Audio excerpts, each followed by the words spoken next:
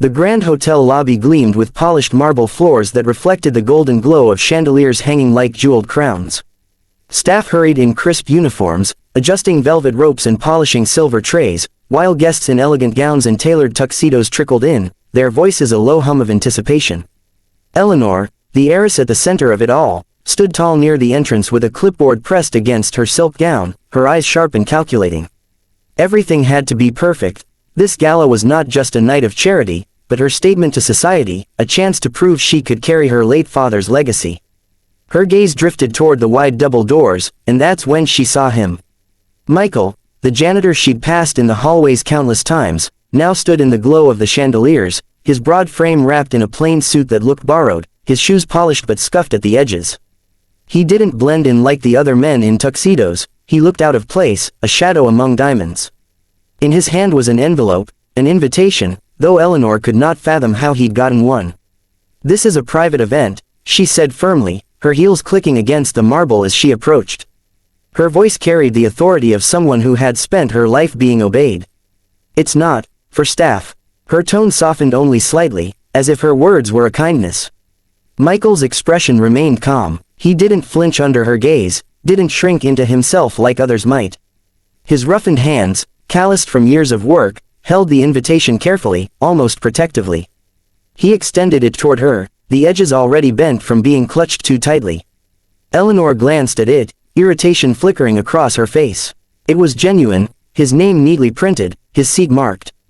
The organizers had clearly allowed him.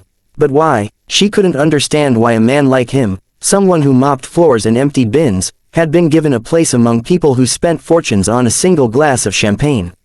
"I'm afraid there must be some mistake," she pressed, lowering her voice as a group of guests passed by. She didn't want to cause a scene, not tonight. "Perhaps someone sent this to you in error.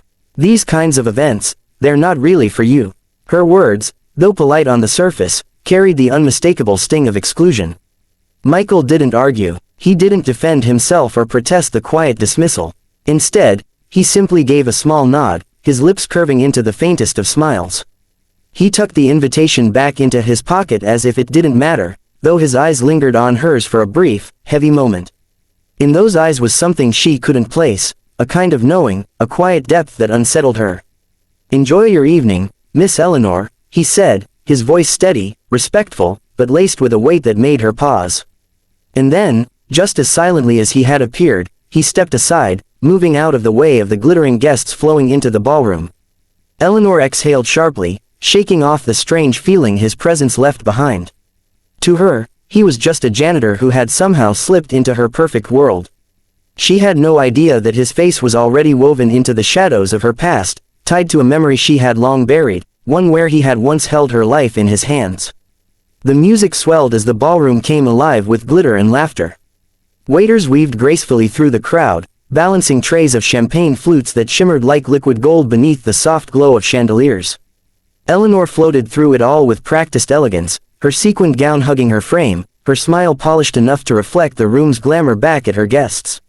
Every nod, every handshake was strategic, each person she greeted was a potential donor, a potential ally. This night was about maintaining her place among them, about proving she belonged at the helm of her family's legacy. But no matter how perfect the setting seemed, her eyes kept straying toward the back of the room. There he was again, Michael. He stood just beyond the crowd, not mingling, not sipping a drink, simply observing. His suit looked even plainer under the warm lights, but there was something steady in the way he carried himself, something that unsettled her. He didn't have the air of a man who was lost or uncomfortable. He seemed entirely at ease, as if he had every right to be there. And that, somehow, made Eleanor bristle. She leaned toward a passing security guard, lowering her voice. "Do you see the man in the back? The one standing by the column?" The guard followed her gaze, giving a small nod. "Escort him out quietly. This isn't the kind of event for—" She stopped herself before finishing the thought aloud. Moments later, she watched as the guard approached Michael, speaking in hushed tones. Michael didn't resist. Calmly, he reached into his pocket and retrieved the same invitation Eleanor had seen earlier. He handed it over, his expression unreadable. The guard checked it thoroughly, then, with a reluctant shrug, returned it to him and stepped back. Michael simply resumed his place, his presence unshaken, as though the attempt to remove him hadn't touched him at all. Eleanor's cheeks flushed with irritation. She had expected him to leave without protest, to vanish from sight so the night could continue without distraction. Instead, he lingered, silent but unmovable, like a shadow she couldn't shake. Every time her laughter rang out, every time a guest complimented her on the evening, her mind flickered back to him. Why was he here? Who had invited him? Was it some kind of mistake? Or worse, a deliberate test by one of her rivals, waiting for her to falter in front of her elite guests? She forced her smile to remain flawless, her voice warm as she thanked a benefactor for his generous pledge, but the unease clung to her like a second skin. Still, as the hours slipped by, she noticed something peculiar. While other guests indulged in gossip, laughter, and champagne, Michael remained watchful. His eyes never seemed to rest on the glittering jewels or lavish displays. They followed the movement of the room itself, the musicians setting up, the waiters balancing trays, the subtle shifts in the crowd. It was as though he wasn't here to enjoy the gala at all, but to stand guard over it. The realization unsettled Eleanor further, though she dismissed it quickly with another sip of champagne. To her, he was still just a janitor who didn't belong in this world. And yet, no matter how hard she tried to ignore him, she couldn't shake the feeling that his presence was not a mistake. He was here for a reason, and deep down, some part of her suspected that reason had everything to do with her. The auctioneer's voice echoed through the ballroom, rhythmic and commanding, as priceless art pieces and glittering jewels paraded across the stage. The crowd buzzed with excitement, their paddles rising as the numbers climbed higher and higher. Eleanor stood near the front, the spotlight grazing her as she prepared to deliver a speech about the foundation her father had started. The energy of the night thrilled her. This was her chance to shine, to prove she could hold her own in a room filled with the wealthiest and most influential. She stepped forward gracefully, a smile fixed on her lips, her speech tucked neatly in her hands. Applause rang out as she approached the podium. The lights dimmed slightly, casting her in a golden glow. For a fleeting moment, everything felt perfect. She opened her mouth to speak. And then, a sound split through the music. A sharp, metallic crack that sliced the air like a warning. The crowd stilled, their applause fading into murmurs. Eleanor froze, her smile faltering as she glanced upward. Above her, the largest chandelier in the ballroom swayed unnaturally, its massive frame groaning under its own weight. Gasps erupted as crystal droplets shimmered dangerously, raining down tiny sparks of light. Another crack echoed, louder this time, and the chandelier tilted forward, the chain straining with a sound that sent a shiver crawling down her spine. Eleanor's heart stuttered, her hands trembled around the paper she held. Move, she told herself. Run, but her legs locked to the marble floor, fear rooting her in place. She felt every pair of eyes watching, waiting for her to act, yet she couldn't. She was paralyzed, trapped beneath the looming shadow of the falling weight. Eleanor, a voice shouted, though she barely registered it through the roar of panic sweeping the room. And then, everything happened at once. Guests screamed, chairs toppled, and chaos spiraled. From the edge of her vision, a figure broke through the sea of gowns and tuxedos. Michael. He moved with startling speed, cutting through the crowd without hesitation. His footsteps echoed against the marble, his eyes fixed on her with unshakable determination. Before Eleanor could react, his hand grasped her arm, firm, steady, unyielding. He pulled her with a force that tore her from her frozen stance, yanking her away from the podium just as the chandelier gave one final snap. It plummeted. The sound was deafening, glass and metal exploding into 1,000 fragments that scattered across the floor where she had stood only seconds before.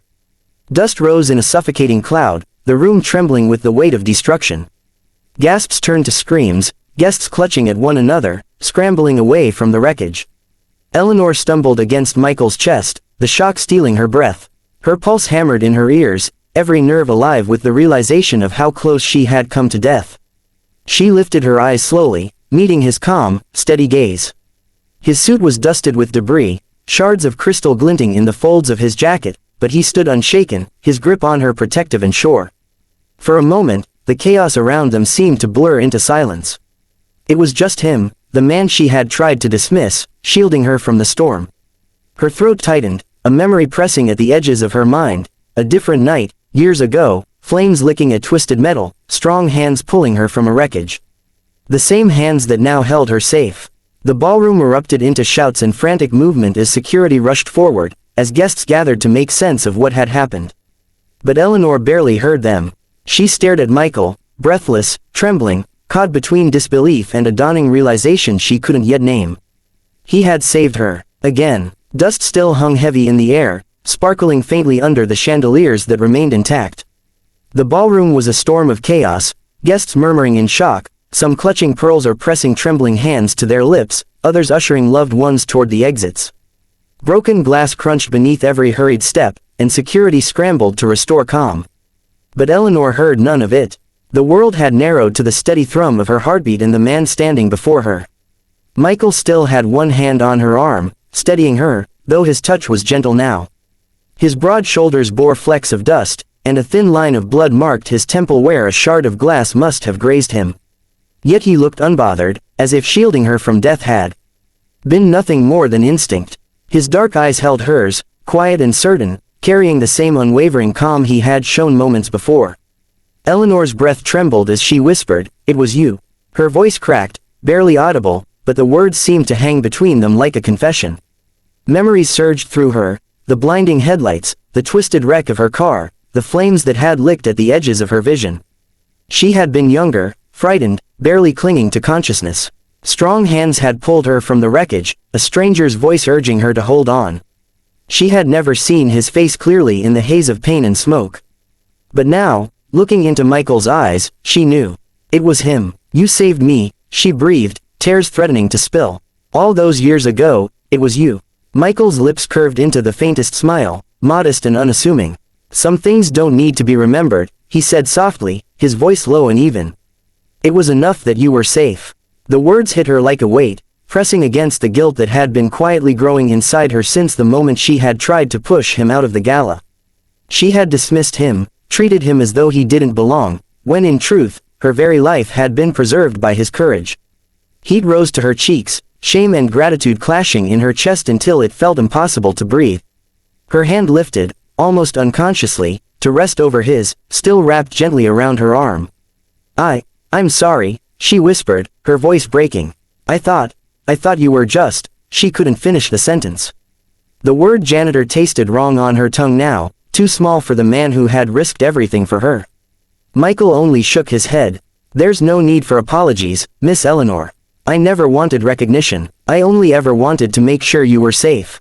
His gaze flickered briefly over the ruined chandelier, then back to her. "Seems fate gave me another chance tonight." Her tears finally slipped free, tracing hot lines down her cheeks. For the first time that evening, Eleanor felt the weight of her own blindness, how quick she had been to judge, how easily she had dismissed a man whose strength and loyalty ran deeper than the polished veneers of everyone else in the room. Around them, voices still buzzed, reporters already whispering about the near tragedy at the gala, guests murmuring about Eleanor's narrow escape. But in that circle of quiet between them, nothing else mattered. She drew in a shaky breath, her voice softer now, stripped of the arrogance she had worn like armor. "Not just safe," she said. "Alive, because of you." Twice. Michael studied her for a long moment, then inclined his head, as if her words were more than he ever expected. His hand slipped gently away from her arm, though his presence remained steady, grounding her in the storm. And as Eleanor stood there, surrounded by shattered glass and the remnants of her carefully curated world, she understood one thing with absolute clarity: the gala would not be remembered for its wealth or splendor. It would be remembered for the man she had tried to overlook, the quiet, unshakable protector who had risked his life for hers not once, but twice. This time, she vowed silently, she would not forget him.